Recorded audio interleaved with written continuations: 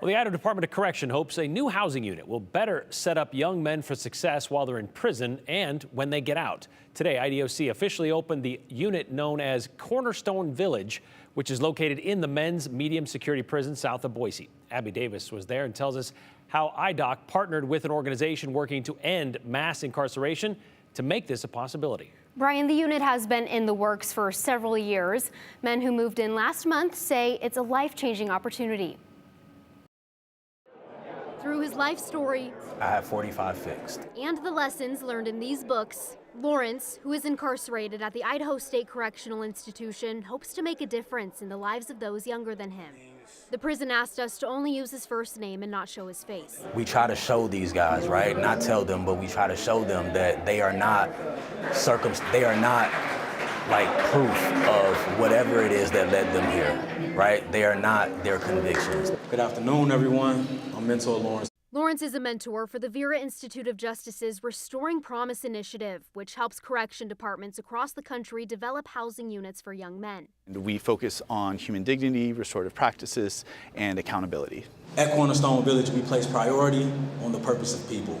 Lawrence was one of the speakers at Thursday's grand opening of IDOC's unit, where he and the other mentors and mentees now live.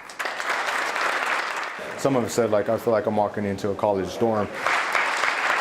Dago Martinez is Deputy Warden of Operations. When they go out and become our neighbor, we want them to be a better citizen. So what we want to do is we want them to be able to come to a place where they feel safe, where they're allowed to make mistakes, because they're still going to be held accountable, and it's going to look different. You know, we're going to process through it, how that could have impacted them.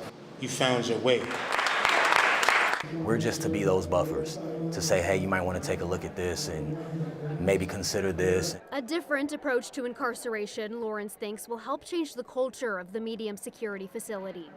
This is something that I know, without a shadow of doubt, that will provide generational change. There are 9 Restoring Promise units in 6 different states. The unit that opened today houses 9 mentors and 18 mentees.